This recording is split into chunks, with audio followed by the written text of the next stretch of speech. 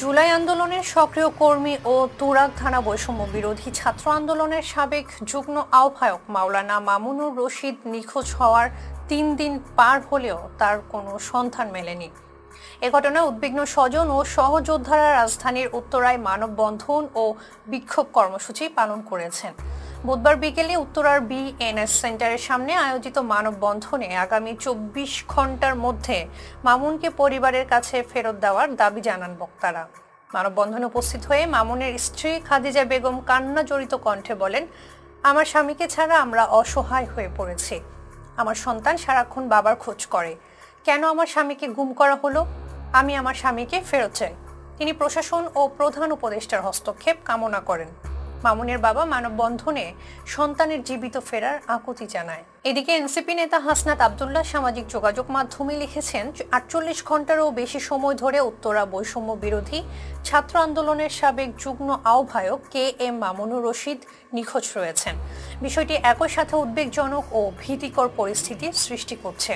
৫ই অগস্ট পরবর্তী প্রেক্ষাপটে এ ধরনের ঘটনা সম্ভবত এই প্রথম। একজন নাগরিক হিসেবে রাষ্ট্র যেখানে ন্যূনতম নিরাপত্তা নিশ্চিত করতে ব্যর্থ, সেখানে সরকারের চরম গাফিলতি স্পষ্ট। তিনি আরও যোগ করেন, এমন সংকটময় সময়ে গণমাধ্যমের নীরব ভূমিকায় আমি গভীরভাবে শঙ্কিত। এই নীরবতা রাজনীতিতে পুরনো ভয়ের সংস্কৃতি ও নিপীড়নের পরিবেশ ফিরিয়ে আনার আশঙ্কা সৃষ্টি করছে। এছাড়াও স্থানীয় ইসলামী আন্দোলন বাংলাদেশের নেতা মোহাম্মদ আনোয়ার হোসেন বলেন, ২৪ পরবর্তী বাংলাদেশকে আমরা গুম খুনের বাংলাদেশ হিসেবে দেখতে চাই না। প্রশাসনকে স্পষ্ট জানাতে চাই, মাওলানা মামুনকে ২৪ ঘন্টার মধ্যে খুঁজে বের করতে হবে। জাতীয় নাগরিক পার্টির সাবেক মুখ্য সমন্বয়ক রাফিদ এম ভূঁইয়া বলেন, মামুন ভাই গুম হওয়া মানে সরাসরি জুলাই যোদ্ধাদের ওপর আঘাত। আমরা প্রশাসনকে আলটিমেটাম দিচ্ছি, ২৪ ঘন্টার মধ্যে তাকে অক্ষত অবস্থায় ফিরিয়ে দিতে হবে, অন্যথায় বিএনএস সেন্টার অবরোধ করা হবে।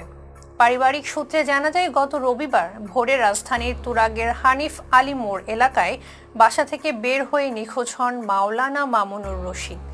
এ ঘটনায় তার স্ত্রী খাদিজা বেগম ২২ সেপ্টেম্বর তুরাগ থানায় সাধারণ ডায়েরি করেছেন। উল্লেখ্য, মামুনুর রশিদ তুরাগ থানা বৈষম্য বিরোধী ছাত্র আন্দোলনের সাবেক যুগ্ম আহ্বায়ক ছিলেন এবং জুলাই গণঅভ্যুত্থানে উত্তরায় রাজপথে সক্রিয় ভূমিকা পালন করেছিলেন। ফেসবুকে সঙ্গে থাকার জন্য ধন্যবাদ।